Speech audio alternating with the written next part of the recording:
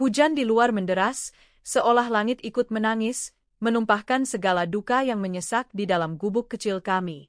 Suara gemuruh petir sesekali menyambar, membuat Bima, putra kecilku yang baru berumur setahun dalam dekapanku, tersentak kaget lalu menangis lebih keras. Aku menepuk-nepuk punggungnya pelan, menyenandungkan lagu Nina Bobo dengan suara serak, berharap kehangatan tubuhku bisa meredakan tangis dan ketakutannya.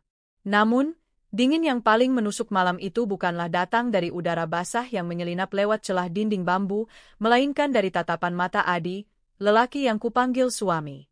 "Cukup, Anissa. Aku sudah muak," bentaknya, suaranya lebih keras dari gelegar petir di luar. Ia mondar-mandir di ruangan sempit yang merangkap sebagai ruang tamu, ruang makan, dan kamar tidur kami. Kakinya yang telanjang menginjak lantai tanah yang lembab, meninggalkan jejak-jejak amarah. "Muak dengan apa, Mas? Dengan hujan? Dengan Bima yang menangis?" tanyaku lirih, mencoba menjaga suaraku agar tidak bergetar. "Aku tahu ini bukan sekadar tentang hujan atau tangis bayi. Ini adalah puncak dari gunung es penderitaan yang telah kami daki bersama, dan sepertinya, hanya aku yang masih ingin terus mendaki. Aku muak dengan semua ini." Ia mengayunkan tangannya, menunjuk ke segala penjuru gubuk reot kami. "Aku muak dengan atap yang bocor setiap kali hujan, dengan makan nasi dan garam hampir setiap hari. Aku muak melihat wajahmu yang kuyu dan pakaianmu yang lusuh. Aku muak dengan kemiskinan ini, Nisa. Aku..." Setiap kata yang keluar dari mulutnya adalah belati yang menghunjam tepat di jantungku. Aku menunduk, menyembunyikan air mata yang mulai menggenang.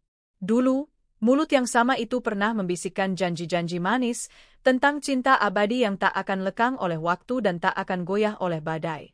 Kami menikah karena cinta, sebuah cinta sederhana yang bersemi di antara pematang sawah desa kami.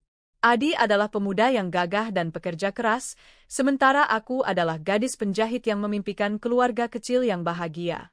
Awalnya, semua terasa indah. Kami membangun rumah kecil ini bersama, dengan tawa dan harapan. Adi bekerja sebagai buruh tani, dan aku menerima jahitan dari para tetangga. Penghasilan kami memang pas-pasan, tapi cukup untuk membuat kami tersenyum di akhir hari. Kebahagiaan kami terasa lengkap saat aku mengandung Bima. Adi begitu gembira, ia sering mengelus perutku dan berbicara dengan calon bayi kami, menjanjikan dunia yang indah untuknya. Namun, keindahan itu perlahan memudar. Musim kemarau yang panjang membuat sawah-sawah kekeringan.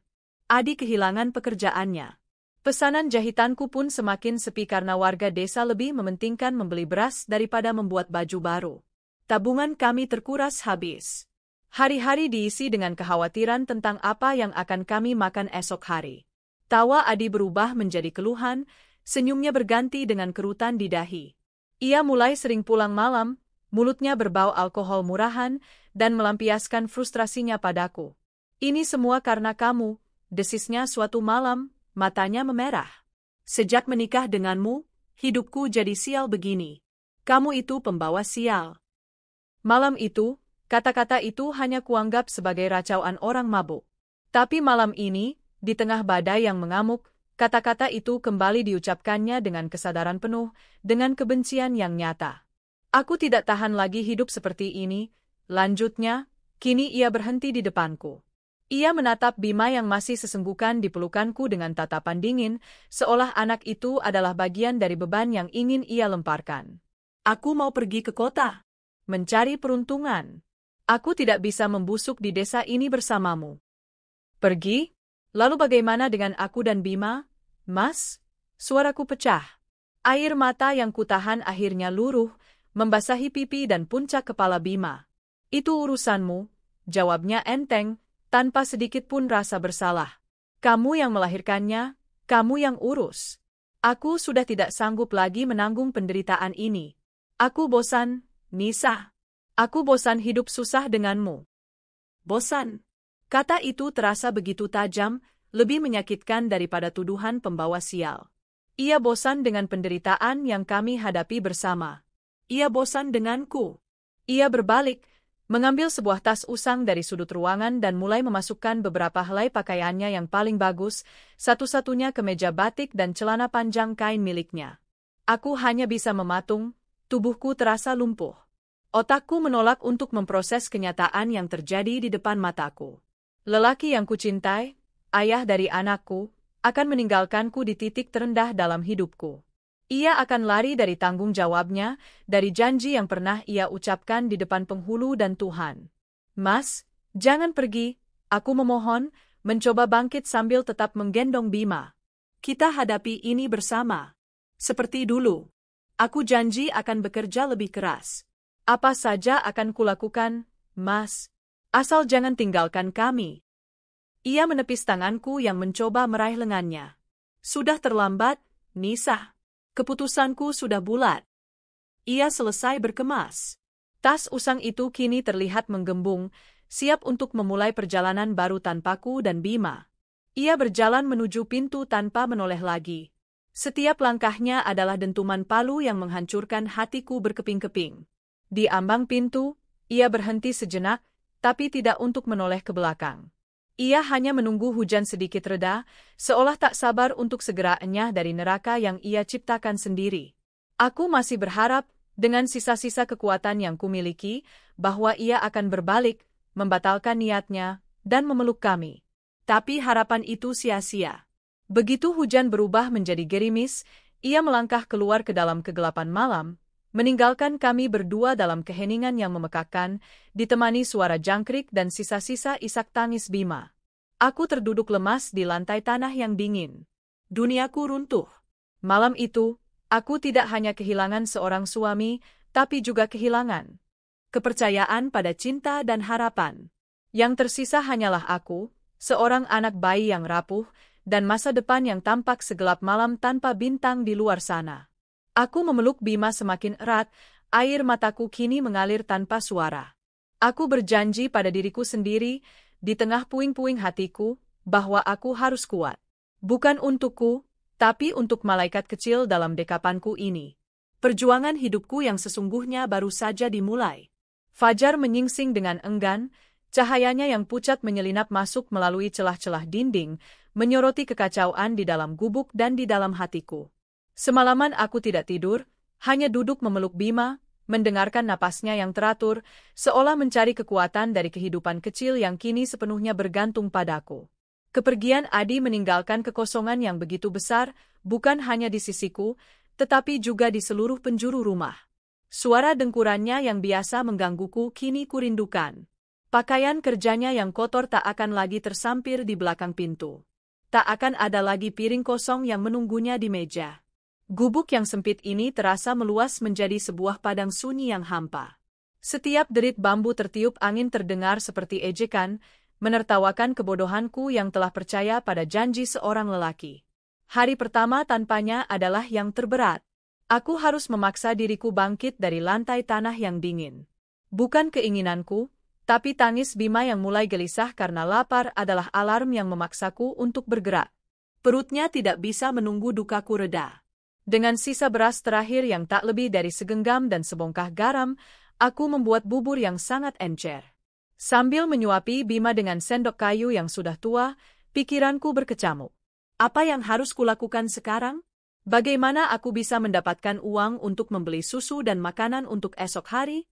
Adi telah pergi, meninggalkan luka menganga dan juga tanggung jawab yang kini seluruhnya terpikul di bahuku yang rapuh. Mataku menyapu seisi gubuk, mencari sesuatu yang bisa kuandalkan. Tak ada. Yang ada hanyalah perabotan lapuk dan dinding bambu yang mulai keropos. Lalu, pandanganku berhenti pada setrika arang tua dan papan penggilasan di sudut ruangan. Benda-benda itu adalah saksi bisu kehidupanku sebagai istri, benda-benda yang kugunakan untuk merawat pakaian lelaki yang kini telah membuangku. Ironis. Namun, kini, benda-benda itulah satu-satunya hartaku, senjataku untuk berperang melawan kemiskinan yang ditinggalkan Adi. Siang itu, setelah menidurkan Bima, dengan menggendongnya menggunakan kain jarik yang warnanya sudah memudar, aku memberanikan diri melangkah keluar dari zona nyaman dukaku. Aku harus menghadapi dunia, menghadapi tatapan dan bisik-bisik tetangga. Benar saja, begitu aku melangkah keluar, beberapa ibu yang sedang bergerombol di warung Bei Inah langsung terdiam dan menatapku dengan pandangan aneh. Campuran antara kasihan dan cemooh. Aku bisa mendengar bisikan mereka, kasihan si Anissa, ditinggal suaminya, yang diikuti oleh tawa kecil. Setiap tatapan terasa seperti jarum, setiap bisikan seperti sayatan. Tapi aku menelan semuanya, mengeraskan hatiku. Aku tidak punya kemewahan untuk merasa malu. Tujuanku adalah rumah Bu Lastri, istri kepala desa, juragan tanah di desa kami yang rumahnya paling mentereng. Dindingnya terbuat dari batu bata, lantainya berkeramik, dan di halamannya terparkir sebuah sepeda motor baru.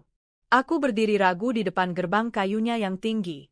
Berkali-kali aku ingin berbalik dan lari, tapi bayangan wajah Bima yang kelaparan memberiku kekuatan. Aku menarik napas dalam-dalam, lalu mengetuk pintu. Seorang pembantu membukakan pintu dan menatapku dengan curiga. Tak lama kemudian, Bu Lastri muncul dengan daster batiknya yang mahal dan wajah yang digoreskan ketidaksenangan. "Ada apa, Nisa?" tanyanya dengan nada ketus, matanya menilaiku dari atas sampai bawah dengan pandangan merendahkan. Aroma sabun wangi dari tubuhnya kontras dengan bau keringat dan keputusasaan dari diriku. Dengan menelan ludah dan harga diriku, aku menawarkan jasa. "Bu, maaf mengganggu. Apakah ada pakaian kotor yang perlu dicuci? Atau disetrika? Saya bisa mengerjakannya, Bu. Berapapun upahnya, saya terima." Suaraku bergetar, aku benci mendengar diriku sendiri terdengar begitu memelas.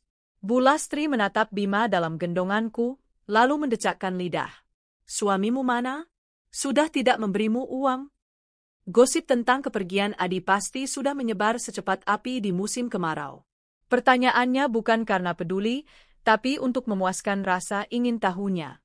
"Adi sedang bekerja di kota, Bu," jawabku berbohong, mencoba menyelamatkan sedikit kehormatan yang tersisa.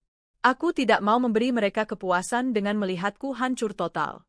Entah karena kasihan, atau karena tumpukan pakaian kotornya memang sudah menggunung, atau mungkin ia hanya ingin punya bahan gosip baru, Bu Lastri akhirnya setuju. "Baiklah, kerjakan di belakang, di dekat sumur. Jangan bawa anakmu masuk ke dalam rumah, nanti mengotori lantai keramikku yang mahal." Maka dimulailah hari-hariku sebagai buruh cuci gosok. Setiap pagi, setelah membuatkan sarapan seadanya untuk Bima, aku akan menggendongnya dan berjalan dari satu rumah ke rumah lain, menawarkan tenagaku. Bima menjadi saksi bisu perjuanganku. Saat aku mengucek pakaian di tepi sungai bersama para buruh cuci lainnya, ia akan kutidurkan di atas selembar tikar usang di bawah pohon rindang. Aku harus terus mengawasinya, memastikan ia tidak digigit serangga atau merangkak terlalu dekat ke air. Saat aku menyetrika dengan setrika arang yang panasnya menyengat di halaman belakang rumah orang, ia akan bermain sendiri di lantai tanah dengan mainan seadanya, ranting, batu, atau botol bekas. Tanganku yang dulu lentik menari dengan jarum dan benang, kini menjadi kasar dan kapalan.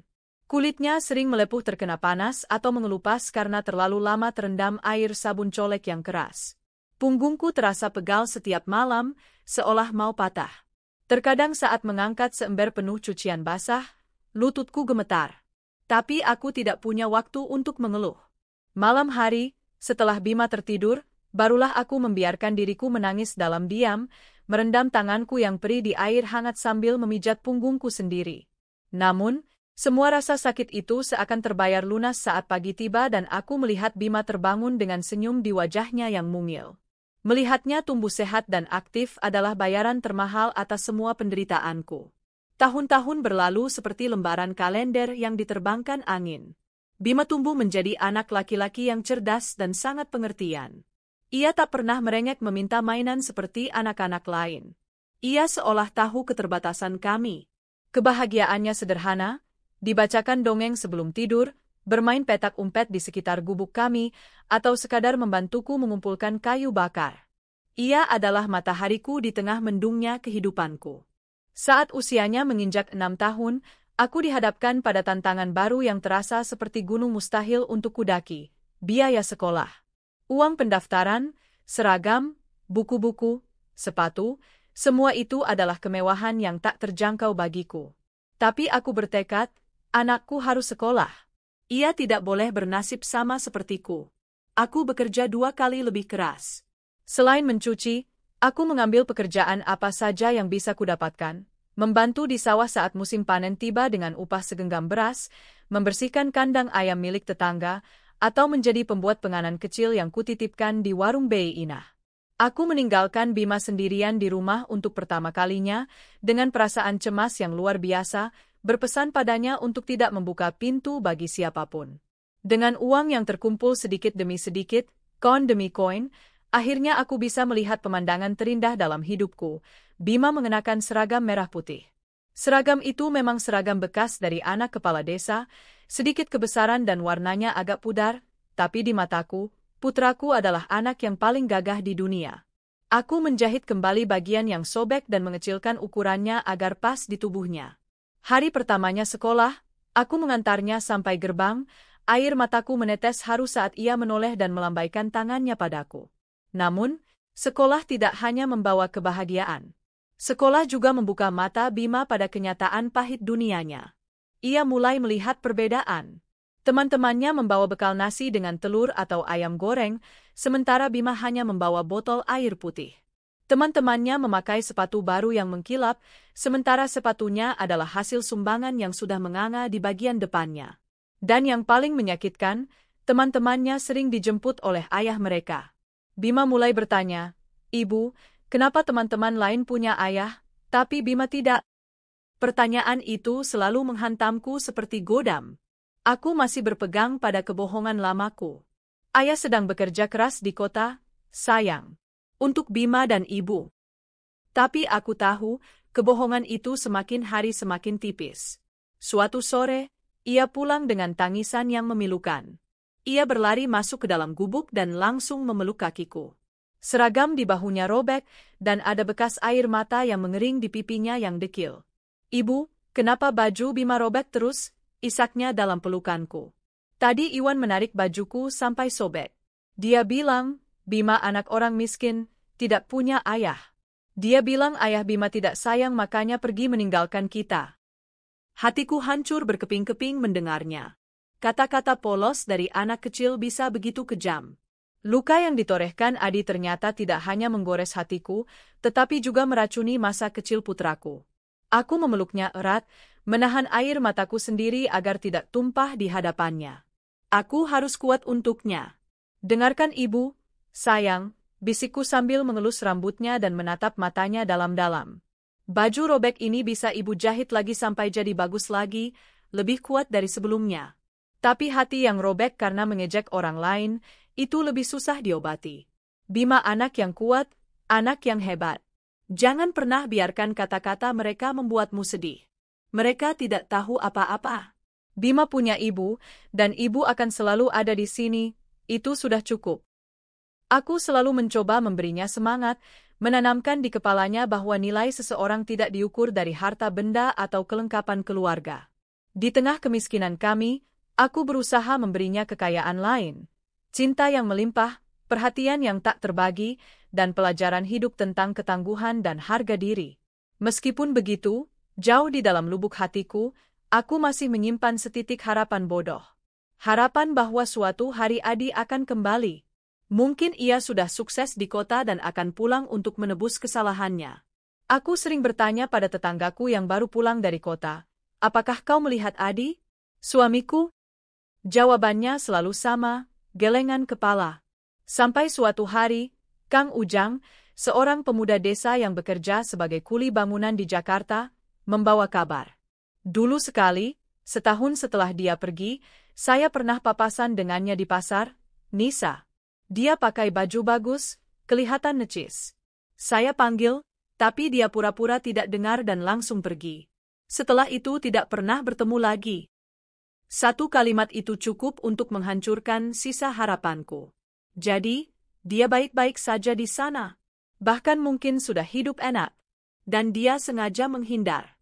Dia tidak hilang, dia memang sengaja menghilangkan kami dari hidupnya. Malam itu, aku menangis sejadi-jadinya, melepaskan semua harapan dan penantian sia-sia selama bertahun-tahun. Aku sadar, aku sedang menunggu hantu. Menunggu seseorang yang tidak pernah berniat untuk kembali. Titik balikku terjadi beberapa bulan kemudian.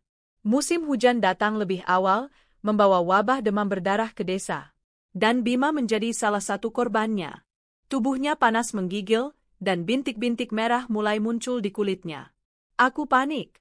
Dengan sisa uang tabungan untuk sekolahnya, aku membawanya ke mantri di desa sebelah.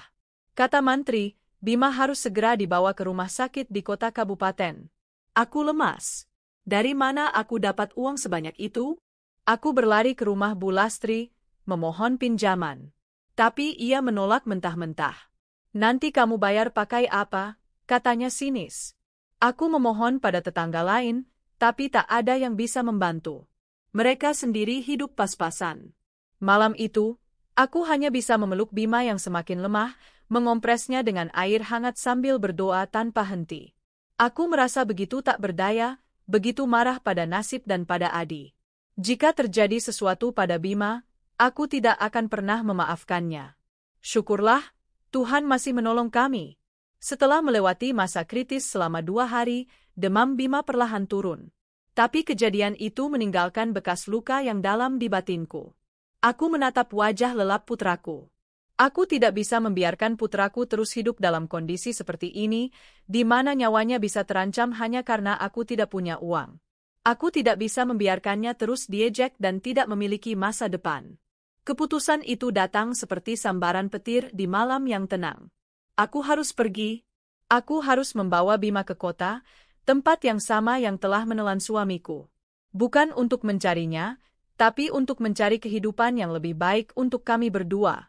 Untuk membuktikan pada dunia, pada Adi, dan pada diriku sendiri, bahwa aku bukanlah wanita lemah pembawa sial. Aku adalah seorang ibu yang akan melakukan apa saja demi masa depan putranya. Dengan bekal tekad dan sisa tabungan yang tak seberapa, aku mulai berkemas. Tak banyak yang kami punya, hanya beberapa helai pakaian dan sebuah foto hitam putih pernikahanku yang kusimpan di dasar tas. Foto itu bukan untuk kenangan manis, tapi sebagai pengingat akan pengkhianatan. Kami akan meninggalkan desa ini, meninggalkan semua luka dan kenangan pahit, untuk memulai lembaran yang benar-benar baru. Meninggalkan desa adalah keputusan terberat sekaligus termudah yang pernah kubuat. Berat karena aku harus meninggalkan satu-satunya dunia yang kukenal, meninggalkan beberapa tetangga baik yang sesekali memberiku beras atau lauk.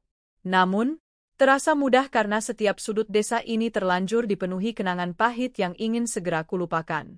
Aku menjual mesin jahit tuaku, satu-satunya peninggalan berharga dari ibuku, untuk ongkos bus dan bekal beberapa hari di kota.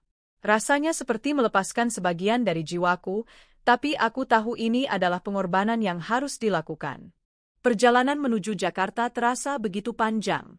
Bima, yang baru pertama kali bepergian jauh, menempelkan wajahnya di kaca jendela bus dengan mata berbinar, mengagumi pemandangan yang berubah dari hamparan sawah hijau menjadi deretan bangunan beton yang menjulang angkuh. Antusiasmenya menjadi bahan bakarku. Aku tidak boleh gagal. Aku harus bisa membangun istana untuknya di tengah hutan beton ini. Namun, kenyataan ibu kota menyambut kami dengan tamparan keras. Hiruk-pikuk terminal, lautan manusia yang berjalan tergesa-gesa, dan tatapan-tatapan acuh tak acuh membuatku merasa kecil dan tersesat. Kami seperti 2 daun kering yang terombang-ambing di sungai besar. Dengan sisa uang yang ada, aku menyewa sebuah kamar kos sempit di perkampungan padat penduduk. Ruangan itu tak lebih besar dari dapur di gubuk kami dulu, pengap, dan berbau lembab, dengan satu kamar mandi umum yang harus berbagi dengan puluhan penghuni lain. Tapi setidaknya, kami punya atap untuk berteduh. Hari-hari pertama di Jakarta adalah ujian kesabaran dan ketahanan mental. Aku berjalan kaki puluhan kilometer setiap hari, dari satu pabrik garmen ke pabrik lain, dari satu toko ke toko lain, mencari pekerjaan apa saja. Ijazah SD-ku seolah tak ada harganya. Berkali-kali aku ditolak dengan alasan, tidak ada lowongan, tidak punya keahlian, atau bahkan hanya dengan gelengan kepala tanpa penjelasan. Uang kami semakin menipis. Terkadang, kami harus menahan lapar, hanya minum air putih untuk mengganjal perut. Aku melihat binar di mata Bima mulai meredup, digantikan oleh kekhawatiran yang seharusnya belum ia rasakan di usianya. Di tengah keputusasaan yang mulai merayap, takdir mempertemukan aku dengan jalan yang tak terduga. Suatu sore, saat berjalan pulang dengan tangan hampa, mataku terpaku pada sebuah butik kecil yang elegan di pinggir jalan. Namanya Sari Kebaya. Di etalasenya, terpajang sebuah kebaya brokat berwarna merah marun yang begitu indah. Aku berhenti, bukan hanya untuk mengagumi, Tapi mataku yang terlatih sebagai penjahit melihat sesuatu yang janggal. Ada jahitan yang sedikit melenceng di bagian bahunya, membuat polanya terlihat kurang sempurna. Tanpa pikir panjang, didorong oleh sisa keberanian yang kumiliki, aku melangkah masuk. Seorang wanita paruh baya yang anggun dan berwibawa menyambutku dengan senyum. Wajahnya terlihat lelah, namun tetap ramah. "Ada yang bisa dibantu, Mbak?" tanyanya. "Maaf, Bu, saya tidak bermaksud lancang," ujarku gugup. "Saya hanya melihat kebaya di etalase yang warna merah. Jahitan di bahunya sepertinya sedikit kurang pas, mungkin bisa membuat pemakainya kurang nyaman." Wanita itu, yang kemudian ku ketahui bernama Bu Sari, pemilik butik itu, terkejut. Ia berjalan ke etalase, mengamati kebaya itu dengan saksama, lalu kembali menatapku dengan pandangan berbeda. "Kamu penjahit?" Aku mengangguk. "Dulu, Bu. Di desa. Sudah dapat pekerjaan di sini." Aku menggeleng pelan, malu. Bu Sari terdiam sejenak, seolah sedang menimbang-nimbang sesuatu. Ternyata, penjahit utamanya baru saja berhenti bekerja karena menikah dan pindah keluar kota. Ia sedang kelimpungan mencari pengganti karena pesanan sedang menumpuk. "Coba kamu perbaiki ini," katanya sambil menyerahkan sebuah gaun yang sedang ia kerjakan. "Hanya bagian lengannya saja. Aku ingin lihat hasil kerjamu." Tanganku gemetar saat menerima gaun itu. Ini adalah kesempatanku.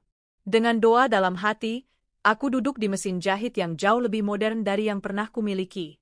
Jari-jariku yang kapalan terasa kaku pada awalnya, tapi perlahan, instingku mengambil alih. Aku bekerja dengan konsentrasi penuh, menuangkan semua ilmu dan pengalaman yang kumiliki. Setengah jam kemudian, aku menyerahkan kembali gaun itu pada Bu Sari. Ia memeriksanya dengan teliti, dari setiap sudut, setiap keliman. Lalu, ia tersenyum. Senyuman tulus yang menghangatkan hatiku. "Besok kamu bisa mulai bekerja di sini," katanya. Rasanya aku ingin menangis dan bersujud saat itu juga. Tuhan telah menjawab doaku dengan cara yang paling tidak terduga. Sejak hari itu, hidupku berubah. Bu Sari bukan hanya menjadi bosku, tetapi juga mentorku. Ia melihat bakat terpendam dalam diriku. Bukan hanya kemampuan menjahit, tetapi juga insting desain. Aku yang sejak kecil suka menggambar pola baju di atas tanah, kini diberi kesempatan untuk menuangkannya di atas kertas sketsa. Bu Sari mengajariku tentang jenis-jenis kain, tentang tren mode, tentang bagaimana memadukan warna dan menciptakan siluet yang indah. Aku menyerap semua ilmunya seperti spons kering. Di sela-sela mengerjakan pesanan pelanggan, aku mulai membuat desain-desainku sendiri. Desain yang terinspirasi dari perjuangan hidupku, dari keindahan alam desa, dari kekuatan para wanita yang kutemui. Pekerjaan di butik membuatku bisa menyekolahkan Bima di sekolah yang lebih baik. Kami pindah dari kamar kos sempit ke sebuah kontrakan kecil yang lebih layak. Aku bisa membelikannya makanan bergizi, pakaian yang bagus, dan buku-buku yang ia inginkan. Melihatnya tumbuh menjadi remaja yang percaya diri dan berprestasi di sekolah adalah kebahagiaan terbesarku. Ia tidak pernah lagi pulang menangis karena ejekan teman-temannya. Kini, ia pulang dengan cerita-cerita seru tentang pelajaran, teman-teman, dan cita-citanya menjadi seorang arsitek. Aku bekerja tanpa lelah, seringkali lembur hingga larut malam. Bukan lagi karena terpaksa, tapi karena cinta. Aku menemukan kembali gairah hidupku dalam setiap helai kain dan benang. Bu Sari semakin mempercayaiku, bahkan beberapa kali mengizinkan aku untuk menawarkan desainku sendiri kepada pelanggan. Respon mereka sangat positif. Desainku dianggap segar, unik, dan memiliki cerita. Dari mulut ke mulut, namaku sebagai tangan ajaib di balik sari kebaya mulai dikenal di kalangan terbatas. Aku mulai menabung, sedikit demi sedikit, menyisihkan sebagian penghasilanku. Sebuah mimpi baru mulai terbentuk di benakku, memiliki butikku sendiri. Mimpi yang dulu terasa begitu mustahil, kini tampak seperti bintang yang bisa kurai jika aku terus berusaha. Jakarta yang dulu terasa begitu kejam, kini telah menjadi panggung bagiku untuk menata kembali hidupku dan merajut masa depanku, sehelai demi sehelai. 5 tahun mengabdi di bawah bimbingan Bu Sari telah mengubahku dari seorang penjahit desa yang putus asa menjadi seorang perancang busana yang percaya diri dan penuh visi.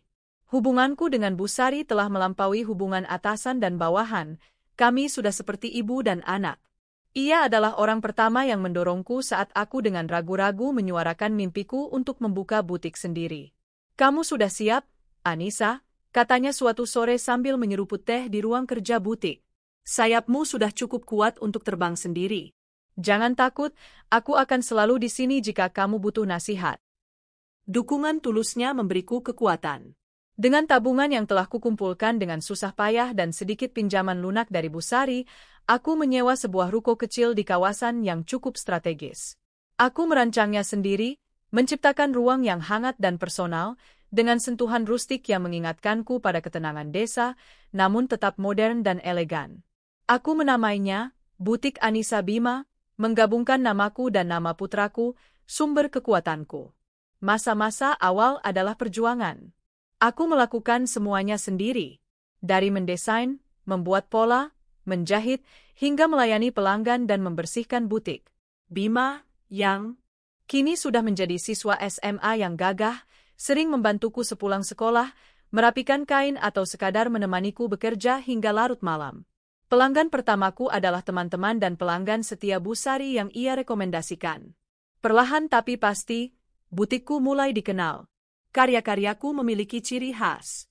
Aku sering memadukan kain tradisional seperti batik dan tenun dengan potongan modern, menciptakan busana yang bisa dipakai untuk sehari-hari maupun acara formal. Setiap desainku memiliki cerita, filosofi yang terinspirasi dari kekuatan dan ketangguhan seorang wanita.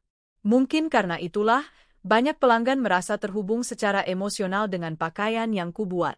Titik balik kesuksesanku datang dari sebuah ketidaksengajaan. Seorang aktris papan atas yang sedang naik daun, Rania Putri, kebetulan mobilnya mogok di depan butikku. Sambil menunggu supirnya, ia iseng masuk ke butik. Matanya langsung tertuju pada sebuah gaun malam rancanganku yang terbuat dari tenun Sumba dengan aksen modern. Ia jatuh cinta pada pandangan pertama. Malam itu juga, ia mengenakan gaun itu ke sebuah acara penghargaan bergengsi. Besoknya, fotonya terpampang di semua media hiburan. Semua orang membicarakan gaun indahnya. Wartawan mode melacak asal-usul gaun itu hingga sampai ke butik kecilku. Teleponku tak berhenti berdering, pesanan membanjir, dan butikku yang semula sepi mendadak ramai dikunjungi. Butik Anissa Bima menjadi buah bibir. Aku kewalahan, dan untuk pertama kalinya, aku merekrut beberapa penjahit untuk membantuku. Kesuksesan ini mengubah hidup kami secara drastis. Kami pindah dari rumah kontrakan ke sebuah rumah yang nyaman di kompleks yang asri. Aku bisa memberikan Bima fasilitas pendidikan terbaik, bahkan menyiapkannya untuk kuliah di jurusan arsitektur yang ia impikan. Aku melihat diriku di cermin, bukan lagi Anissa yang kuyu dengan mata sembab, tapi seorang wanita karir yang mandiri, dengan tatapan mata yang tegas namun tetap memancarkan kelembutan. Di tengah kesibukanku, cinta datang menyapa dengan cara yang tak terduga. Rian Wijoyo, seorang CEO muda dari perusahaan properti besar, datang ke butikku untuk memesan gaun khusus sebagai hadiah ulang tahun ibunya. Ia adalah pria yang tampan, cerdas, dan sangat sopan. Berbeda 180 derajat dari Adi. Pertemuan pertama kami murni urusan bisnis, tapi entah kenapa, obrolan kami selalu mengalir ke hal-hal pribadi. Rian adalah pendengar yang baik. Aku, yang biasanya tertutup tentang masa laluku, merasa nyaman menceritakan semuanya padanya. Tentang Bima, tentang perjuanganku, bahkan tentang luka lama yang ditinggalkan Adi. Alih-alih merasa kasihan, Rian justru menatapku dengan penuh kekaguman. Kamu adalah wanita terkuat yang pernah aku temui, Anissa, katanya suatu malam saat kami makan malam bersama. Kedekatan kami terjalin secara alami. Rian tidak hanya mencintaiku, tetapi ia juga tulus menyayangi Bima. Ia sering mengajak Bima berdiskusi tentang arsitektur, membawanya ke proyek-proyek bangunannya, dan menjadi figur ayah yang tidak pernah Bima miliki. Melihat tawa lepas Bima saat bersama Rian adalah kebahagiaan yang tak ternilai harganya bagiku. Suatu hari, saat kami sedang membahas salah satu proyek Rian, ia menunjukkan sebuah foto direksi di perusahaannya. Mataku terpaku pada salah satu wajah di barisan belakang.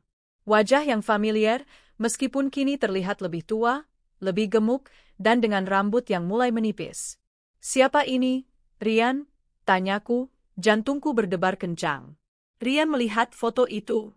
Oh, itu Adi Sanjaya, salah satu manajer pemasaran di divisiku. Kenapa? Kamu kenal? Dunia seakan berhenti berputar. Adi, suami yang meninggalkanku, bekerja di perusahaan milik pria yang kini mengisi hatiku. Takdir benar-benar selucu ini. Aku menarik napas dalam-dalam, berusaha menenangkan diri. Tidak, jawabku singkat, mencoba menyembunyikan keterkejutanku. Aku belum siap memberitahu Rian. Bukan karena aku ingin melindungi Adi, tapi karena aku belum tahu bagaimana harus bereaksi terhadap informasi ini.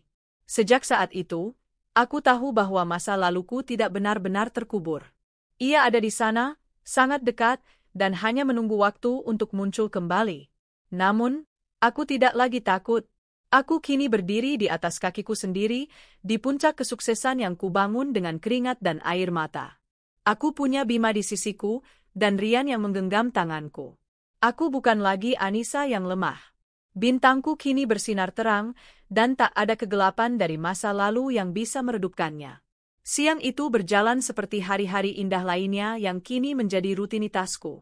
Sinar matahari menembus jendela kaca besar di butikku, menerangi gulungan-gulungan kain sutra dan tenun yang tertata rapi.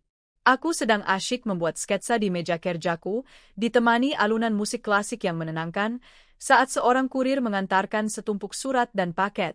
Di antara tagihan dan surat dari pemasok kain, ada sebuah amplop tebal berwarna gading dengan tulisan kaligrafi emas yang elegan. Alisku terangkat. Amplop itu terlalu mewah untuk sekadar surat bisnis. Rasa penasaran membawaku untuk membukanya terlebih dahulu. Di bagian depan, tertera namaku, Anissa, dan alamat butik. Tulisan tangan itu terasa familiar. Aku membuka segelnya dengan hati-hati dan menarik keluar sebuah kartu undangan yang tebal. The Wedding of Maya Adi. Jantungku seakan berhenti berdetak selama beberapa detik. Nama, Maya, membawaku kembali ke masa lalu. Maya adalah teman sepermainanku di desa, sahabat dekatku sebelum aku menikah. Kami kehilangan kontak setelah aku pindah ke Jakarta. Tapi bukan nama itu yang membuat darahku seakan membeku. Itu adalah nama mempelai prianya. Adi Sanjaya. Nama yang sama. Nama lelaki yang telah mencampakkanku dan putranya dalam kemiskinan. Nama yang telah berusaha keras kulupakan dan kukubur dalam-dalam di relung hatiku yang paling gelap. Mungkinkah ini Adi yang lain? Aku mencoba meyakinkan diriku. Adi Sanjaya adalah nama yang cukup umum. Tapi instingku mengatakan sebaliknya. Tanganku gemetar saat membaca detail di bawahnya. Nama orang tua mempelai pria, Bapak Sudiro dan Ibu Karsih. Benar. Itu nama mertuaku. Tidak salah lagi. Ini adalah dia. Suamiku, secara hukum, akan menikahi teman lamaku. Udara di dalam butik yang sejuk tiba-tiba terasa menyesakkan. Sketsa di tanganku jatuh ke lantai. Bayangan masa lalu menyerbu pikiranku tanpa ampun. Aku bisa merasakan kembali dinginnya lantai tanah di gubuk kami, mendengar kembali bentakannya yang kejam, merasakan lagi kepedihan saat ia berjalan pergi tanpa menoleh ke belakang. Semua luka yang kupikir sudah sembuh, kini terbuka lagi, berdarah, dan terasa perih. Bagaimana bisa? Setelah bertahun-tahun tanpa kabar, setelah meninggalkan kami tanpa sepeser pun uang, kini ia akan memulai hidup baru dengan penuh kemewahan, dilihat dari undangan ini. Dan dengan Maya. Apakah Maya tahu tentang aku? Tentang Bima? Apakah Adi telah membohonginya, menciptakan cerita palsu tentang masa lalunya? Amarah yang panas mulai menjalari tubuhku, menggantikan rasa terkejut dan sakit hati. Amarah pada Adi atas pengkhianatannya. Amarah pada takdir yang begitu kejam mempertemukan mereka. Saat itu, Rian masuk ke butik untuk menjemputku makan siang. Ia langsung melihat perubahan di wajahku. Sayang, kamu kenapa? Kamu pucat sekali, katanya cemas, tangannya langsung memegang bahuku. Tanpa berkata apa-apa, aku menyerahkan undangan itu padanya. Rian membacanya, keningnya berkerut. Ia mengenali nama, Adi Sanjaya, sebagai nama karyawannya. Lalu ia menatapku, matanya memancarkan pemahaman dan kemarahan yang sama denganku. Jadi ini dia? Tanyanya dengan suara berat. Aku mengangguk lemah, air mata mulai mengaburkan pandanganku. Rian menarikku ke dalam pelukannya. Pelukan yang hangat dan menenangkan. Dia tidak akan menyakitimu lagi, Nisa. Aku tidak akan membiarkannya, bisiknya di telingaku. Malam itu, suasana di rumah kami terasa tegang. Aku duduk di meja makan, memandangi undangan itu seolah itu adalah seekor ular berbisa. Bima, yang baru pulang dari bimbingan belajar, merasakan ada sesuatu yang salah. Ada apa, Bu? Kok ayah Rian kelihatan marah? Tanyanya. Bima sudah terbiasa memanggil Rian dengan sebutan, ayah. Aku menarik napas dalam-dalam. Ini saatnya ia tahu. Aku menceritakan semuanya, tentang undangan itu, tentang siapa mempelai prianya. Wajah Bima yang semula ceria berubah menjadi keras. Rahangnya mengatup, tangannya terkepal di atas meja. Aku belum pernah melihat ekspresi seperti itu di wajahnya. Itu adalah ekspresi kebencian. Jadi, orang itu masih hidup, dan dia akan menikah lagi, desisnya. Setelah semua yang dia lakukan pada ibu, dia pikir dia bisa begitu saja memulai hidup baru dan melupakan kita. Bima, tenang, nak, Rian mencoba menenangkannya. Bagaimana Bima bisa tenang, yah? Orang itu sudah menghancurkan masa kecil Bima, membuat ibu menderita. Dan sekarang dia akan bersenang-senang. Aku melihat luka di mata putraku. Luka yang selama ini tersembunyi di balik senyum dan prestasinya. Luka karena tidak memiliki ayah, luka karena melihat perjuangan ibunya. Amarah Bima justru menyulut sesuatu dalam diriku. Ini bukan lagi hanya tentang sakit hatiku, ini tentang keadilan untuk putraku. Awalnya, aku berpikir untuk merobek undangan itu dan melupakan semuanya. Aku sudah punya kehidupan baru yang bahagia. Untuk apa mengusik sarang lebah? Tapi melihat kemarahan Bima, aku sadar, melarikan diri bukanlah pilihan. Kami butuh penutupan. Adi harus menghadapi konsekuensi dari perbuatannya. Ia harus melihat kami. Ia harus melihat wanita yang ia buang kini berdiri tegak, dan anak yang ia telantarkan kini telah tumbuh menjadi pemuda yang membanggakan. Sebuah tekad yang dingin dan membara mulai terbentuk di hatiku. Aku tidak akan membiarkannya bahagia di atas penderitaan kami. Kita akan datang ke pernikahan itu, kataku, suaraku terdengar asing di telingaku sendiri. Terdengar begitu tegas dan tanpa keraguan. Bima dan Rian menatapku terkejut. Kita akan datang bertiga, lanjutku, menatap kedua laki terpenting dalam hidupku itu. Aku tidak akan datang sebagai Anissa yang malang dari masa lalu. Aku akan datang sebagai pemilik butik Anissa Bima. Rian akan datang sebagai tunanganku. Dan Bima, kamu akan datang sebagai putranya yang telah ia sia-siakan. Rian tersenyum tipis, sebuah senyum bangga. Apapun keputusanmu, aku akan mendukungmu. Anggap saja ini kunjungan CEO ke pernikahan karyawannya. Malam itu, aku tidak bisa tidur. Bukan karena sakit hati, tapi karena merencanakan. Pesta pernikahan itu tidak akan menjadi hari kebahagiaan bagi Adi Sanjaya. Itu akan menjadi panggung. Panggung di mana aku akan mengambil kembali harga diriku dan menunjukkan padanya apa yang telah hilang darinya selamanya. 1 minggu sebelum hari pernikahan itu tiba, aku mengubah butikku menjadi markas perang. Aku menyingkirkan semua pesanan lain dan fokus pada satu hal, menciptakan busana yang akan menjadi baju zirah kami. Untuk diriku sendiri, aku merancang sebuah gaun malam dari kain sutra berwarna zamrud yang mewah. Potongannya sederhana namun elegan, menonjolkan setiap lekuk tubuhku dengan cara yang berkelas. Gaun itu memancarkan aura kekuatan, kesuksesan, dan kepercayaan diri. Bukan gaun untuk meratapi masa lalu, tapi gaun untuk merebut masa depan.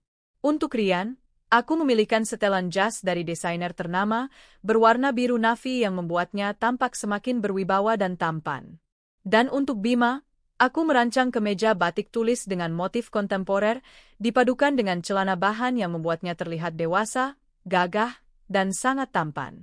Saat kami bertiga mencoba pakaian itu, dan berdiri di depan cermin besar di butikku, aku melihat sebuah keluarga. Keluarga yang kuat, elegan, dan siap menghadapi apapun. Hari H tiba. Pagi itu, aku pergi ke salon terbaik di kota, membiarkan para profesional menata rambut dan merias wajahku. Aku ingin setiap detail penampilanku sempurna. Bukan untuk menarik perhatian Adi, tapi untuk menunjukkan padanya dunia yang telah ia tinggalkan. Saat aku menatap pantulan diriku di cermin, aku nyaris tidak mengenali wanita itu. Wanita dengan sorot mata tajam, senyum penuh percaya diri, dan aura yang tak terpatahkan. Anissa yang dulu, yang menangis di lantai tanah, telah mati. Perjalanan menuju gedung pernikahan yang megah itu terasa sunyi. Rian fokus menyetir, namun tangannya sesekali menggenggam tanganku, menyalurkan kekuatan. Bima duduk di kursi belakang, diam, dengan rahang yang mengeras. Aku tahu, di balik ketenangannya, ada badai yang bergemuruh. Kalian siap? Tanyaku saat mobil berhenti di lobi Hotel Bintang 5 tempat acara itu digelar. Rian menatapku lekat. Kami selalu siap, selama ada kamu. Bima mencondongkan tubuhnya ke depan. Kita lakukan ini, Bu. Kami melangkah keluar dari mobil. Karpet merah terbentang menyambut kami. Kilatan lampu blitz dari para fotografer, yang mungkin mengira Rian datang bersama sosialita lain, menambah kesan dramatis pada kedatangan kami. Kami berjalan masuk ke dalam ballroom dengan langkah mantap, mengabaikan tatapan-tatapan ingin tahu dari para tamu. Aula itu didekorasi dengan begitu mewah, penuh dengan bunga-bunga impor dan lampu kristal yang berkilauan. Di salah satu sudut, aku melihat Maya, teman lamaku, sang mempelai wanita. Ia tampak cantik dalam balutan kebaya putih, namun raut wajahnya terlihat sedikit tegang. Di sampingnya, berdiri lelaki itu, Adi Sanjaya. Waktu seakan melambat. Ia terlihat lebih tua dari yang kuingat di foto. Perutnya sedikit buncit, dan senyum yang ia pasang untuk menyapa para tamu terlihat dipaksakan. Ia tertawa, berjabat tangan, namun matanya tidak menunjukkan kebahagiaan. Ia tampak seperti orang yang sedang memainkan sebuah peran. Kami berjalan perlahan mendekati panggung pelaminan. Aku bisa merasakan jantungku berdebar lebih kencang, tapi langkahku tetap stabil. Beberapa tamu mengenali Rian dan menyapanya, yang ia balas dengan anggukan sopan. Perhatian mulai terpusat pada kami. Pasangan yang begitu serasi, dengan seorang pemuda tampan di sisi mereka. Adi sedang berbicara dengan seorang tamu saat salah satu kerabat menepuk bahunya dan menunjuk ke arah kami. Ia berbalik. Dan di sanalah momen itu terjadi. Matanya bertemu dengan mataku. Senyum di wajahnya membeku. Rahangnya ternganga. Aku melihat kilat keterkejutan yang luar biasa di matanya, diikuti oleh kepanikan dan ketakutan. Ia menatapku dari ujung rambut hingga ujung kaki, seolah tak percaya dengan apa yang dilihatnya. Ia melihat gaun zamrudku, perhiasan yang kukenakan, dan aura kesuksesan yang mengelilingiku. Lalu, pandangannya beralih pada pria di sampingku. Aku melihat guncangan kedua saat ia mengenali Rian, CEO perusahaan tempat ia bekerja. Mulutnya terbuka sedikit, seolah ingin mengatakan sesuatu tapi tak ada suara yang keluar. Dan puncaknya, tatapannya jatuh pada Bima. Pada pemuda jangkung dan gagah di sebelah Rian. Aku melihat pergulatan di matanya saat ia mencoba mengenali wajah itu. Wajah yang merupakan perpaduan antara wajahku dan wajahnya sendiri di masa muda. Wajah anak yang telah ia buang belasan tahun yang lalu. Wajah Bima menatapnya balik, bukan dengan kerinduan, tapi dengan tatapan dingin yang menusuk. Adi menjadi pucat pasi. Keringat mulai membasahi pelipisnya. Dunia di sekelilingnya seakan lenyap. Yang ada hanya kami bertiga, hantu dari masa lalunya yang kini menjelma menjadi kenyataan yang paling mengerikan. Maya, yang tidak menyadari apa-apa, tersenyum melihat kedatanganku. Anissa, ya ampun, aku tidak menyangka kamu akan datang. Apa kabar? Ia memelukku sekilas. Dan ini siapa? Kelihatannya orang penting, guraunya sambil melirik Rian. Aku tersenyum, senyum yang paling manis namun paling mematikan. Maya, kenalkan. Ini Rian, tunanganku. Dan yang ini? Aku menarik Bima sedikit ke depan. Sebelum aku melanjutkan, aku menatap langsung ke mata Adi. Dan yang ini, Bima. Aku sengaja berhenti sejenak, membiarkan nama itu meresap. Adi, kamu pasti masih ingat Bima, kan? Seluruh mata di pelaminan kini tertuju pada Adi. Wajahnya sudah seperti kertas. Ia tergagap, tak mampu mengeluarkan sepatah kata pun. Maya menatap bingung. Bima? Siapa, Mas? Kamu kenal? Tanyanya pada Adi. Aku tidak memberinya kesempatan untuk berbohong. Dengan suara yang jelas dan tenang, namun cukup keras untuk didengar oleh orang-orang di sekitar kami. Aku berkata, tentu saja dia kenal Maya. Bima ini putranya. Putra kami. Hening. Suara musik yang mengalun seakan berhenti. Para tamu terdekat yang mendengar ucapanku ternganga kaget. Wajah Maya berubah dari bingung menjadi syok, lalu menjadi pucat karena ngeri. Apa maksudmu, Nisa? Bisik Maya, matanya mulai berkaca-kaca. Tanyakan saja pada calon suamimu, kataku, masih menatap Adi dengan tajam. Tanyakan padanya tentang istri dan anak yang ia tinggalkan di desa karena bosan hidup miskin. Tanyakan padanya apakah ia pernah mengirim 1 rupiah pun untuk susu anaknya. Tanyakan padanya, kenapa laki-laki yang akan kau nikahi ini ternyata masih menjadi suamiku yang sah secara hukum. Pernyataanku yang terakhir adalah bom yang menghancurkan seluruh pesta. Suara bisik-bisik berubah menjadi gumaman syok. Orang tua Maya yang berdiri di dekatnya menatap Adi dengan tatapan membunuh. Mas, apa yang dia katakan ini benar? Isak Maya mengguncang lengan Adi. Adi hanya bisa menunduk, tak berani menatap siapapun. Pengakuan bisunya sudah lebih dari cukup. Saat itulah Rian melangkah maju. Dan untuk melengkapi malam ini, katanya dengan suara tenang namun penuh wibawa, membuat semua orang semakin terdiam. Perkenalkan, saya Rian Wijoyo, atasan dari saudara Adi Sanjaya. Atau lebih tepatnya, mantan atasannya. Mulai detik ini. Pukulan terakhir itu membuat lutut Adi lemas. Ia nyaris terjatuh jika tidak berpegangan pada kursi pelaminan. Pesta pernikahannya hancur berkeping-keping. Reputasinya, masa depannya, kebohongan yang ia bangun dengan susah payah, semuanya runtuh di hadapanku, di hadapan putra yang ia sia-siakan, dan di hadapan bos yang ia hormati. Aku tidak merasakan kemenangan. Yang kurasakan adalah kelegaan. Beban berat di pundakku selama belasan tahun akhirnya terangkat. Aku menatap kekacauan itu untuk terakhir kalinya, lalu berbalik. Dengan Rian di satu sisi dan Bima di sisi lain, kami berjalan pergi meninggalkan puing-puing kebohongan itu, menuju cahaya masa depan kami yang cerah. Kabar tentang kekacauan di pesta pernikahan Adi menyebar seperti api liar. Dalam beberapa hari, itu menjadi topik pembicaraan terpanas di kalangan teman-teman desa kami yang kini tinggal di Jakarta, dan tentu saja, di lingkungan kantor Rian. Adi Sanjaya menjadi bahan cemoohan. Pernikahannya batal total. Keluarga Maya, yang merasa telah ditipu mentah-mentah, tidak hanya mengusirnya, tetapi juga memastikan reputasinya hancur di lingkungan sosial mereka. Ditambah lagi dengan pemecatan dari pekerjaannya, Adi kehilangan segalanya dalam satu malam. Persis seperti yang pernah ia lakukan padaku dulu. Beberapa hari setelah kejadian itu, ia mulai mencoba menghubungiku. Awalnya melalui telepon, yang tidak pernah kuangkat. Lalu melalui pesan singkat yang berisi permohonan maaf yang panjang dan penuh penyesalan. Ia mengatakan betapa bodohnya dia dulu, bagaimana ia selalu memikirkanku dan Bima, dan betapa ia ingin menebus semua kesalahannya. Tentu saja, aku tahu itu semua bohong. Ia tidak pernah mencariku saat aku miskin. Ia baru muncul saat aku sudah sukses dan bertunangan dengan mantan bosnya. Puncaknya, suatu sore, ia nekat datang ke butikku. Penampilannya sungguh menyedihkan. Pakaiannya kusut, wajahnya tidak terawat, dan matanya memerah bengkak. Jauh dari citra manajer pemasaran yang dulu ia banggakan. Ia langsung berlutut di hadapanku, di depan para karyawanku dan beberapa pelanggan yang terkejut. Nisa, maafkan aku, isaknya, mencoba meraih tanganku, yang langsung kutarik. Aku tahu aku salah. Aku dibutakan oleh keserakahan dan keegoisan. Tapi sekarang aku sadar, Nisa, hanya kamu dan Bima yang terpenting dalam hidupku.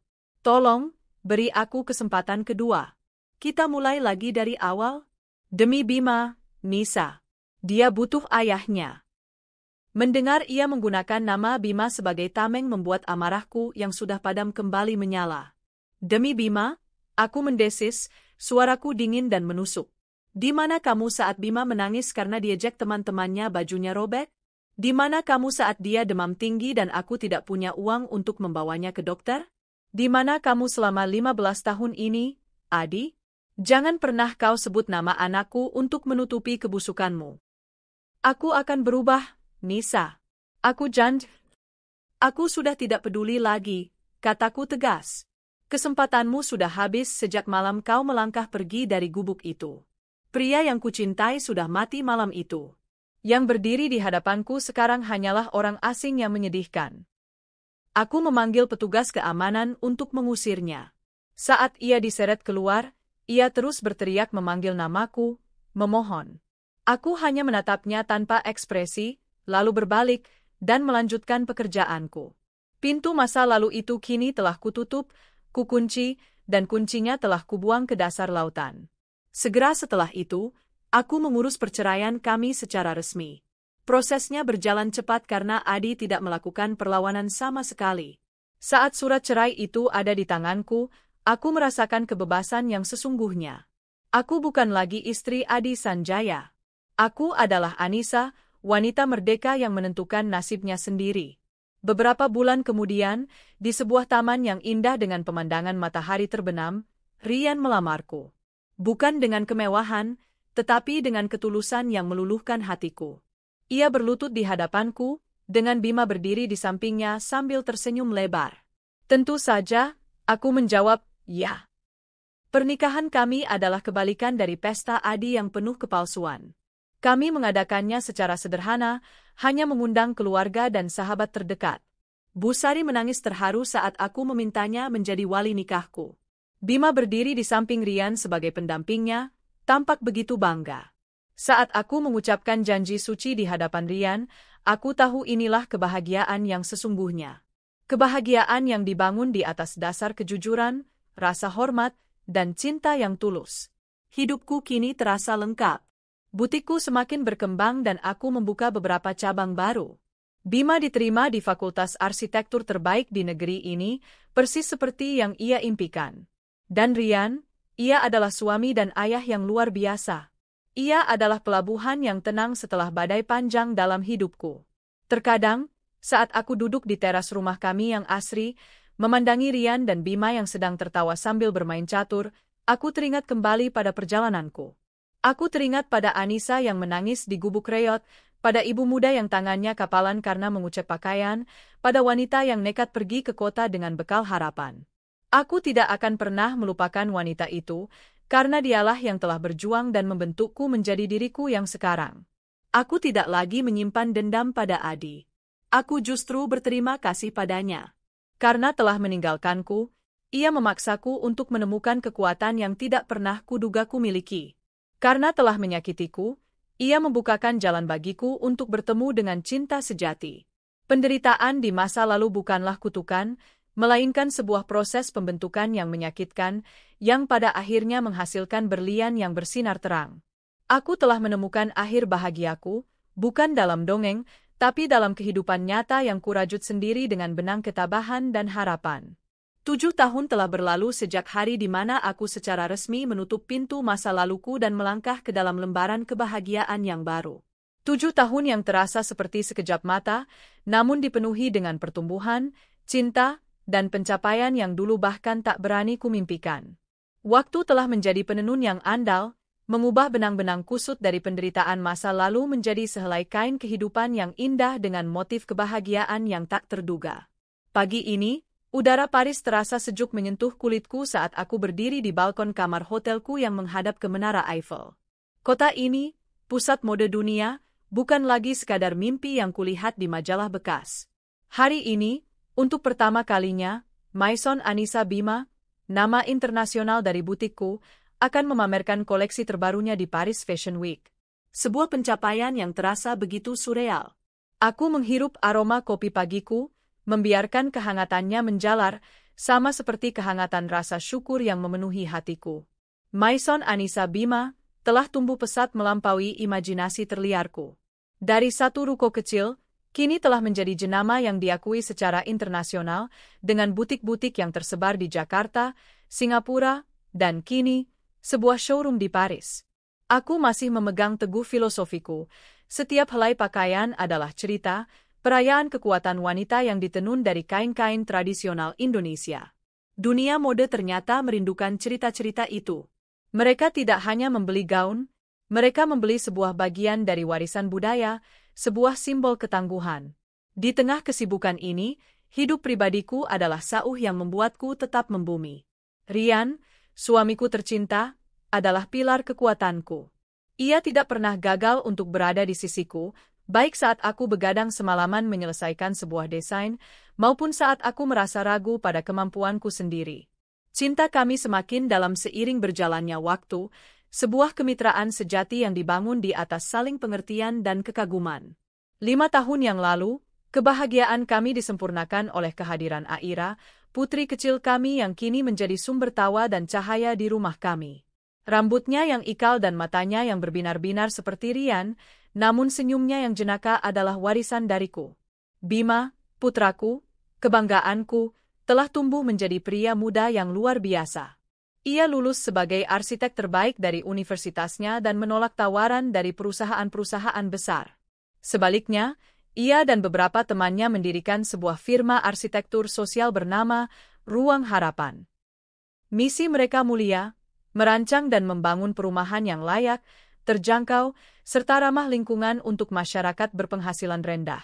Proyek pertama mereka, sebuah kampung deret di pinggiran Jakarta, telah menjadi model percontohan nasional.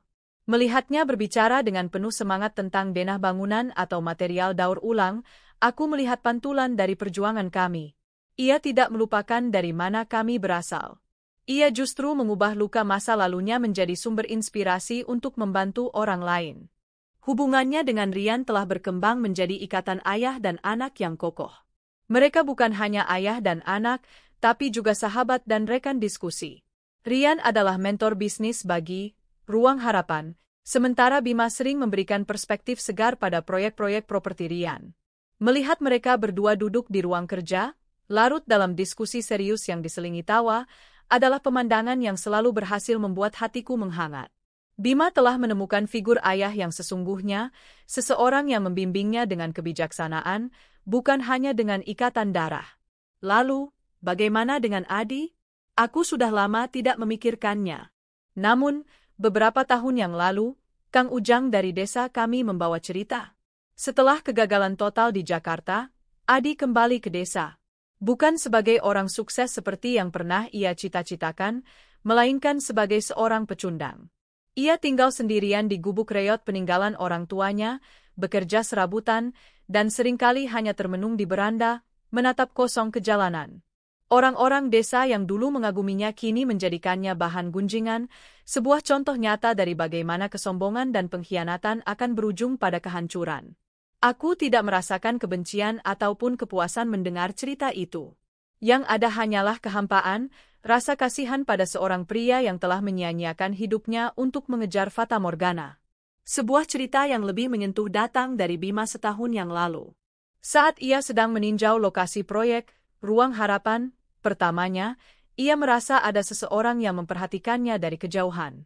Seorang pria parubaya, kurus, dengan pakaian lusuh. Pria itu hanya berdiri di bawah pohon, memandangnya dengan tatapan yang sulit diartikan, campuran antara penyesalan, kerinduan, dan kekaguman. Bima langsung tahu siapa orang itu. Hatinya tidak lagi bergemuruh karena amarah. Bertahun-tahun cinta dari Rian dan pencapaian hidupnya telah menyembuhkan luka itu. Ia hanya menatap balik pria itu, lalu memberikan sebuah anggukan kecil.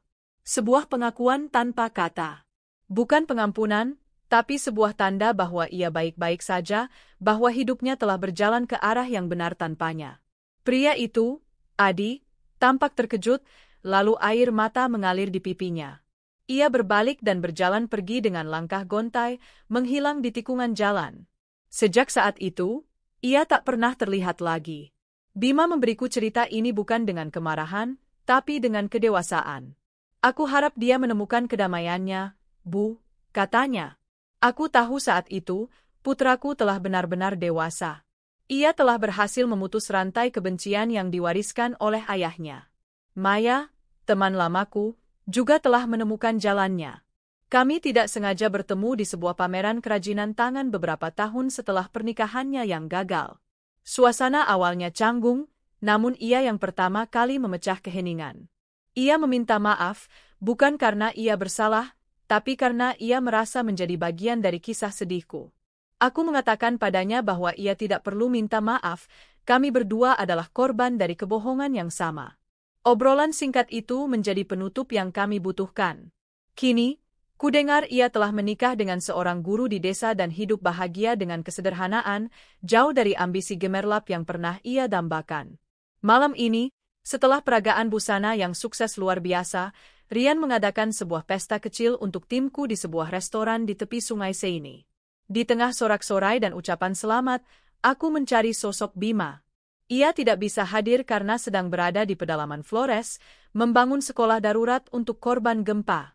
Ia mengirimiku sebuah pesan video. Di layar ponselku, wajahnya yang sedikit legam karena terbakar matahari tersenyum bangga. Di belakangnya, anak-anak kecil berlarian sambil tertawa di depan bangunan sekolah semi permanen yang ia rancang. "Selamat, Bu," katanya di video itu. Ibu membangun istana dari kain dan benang.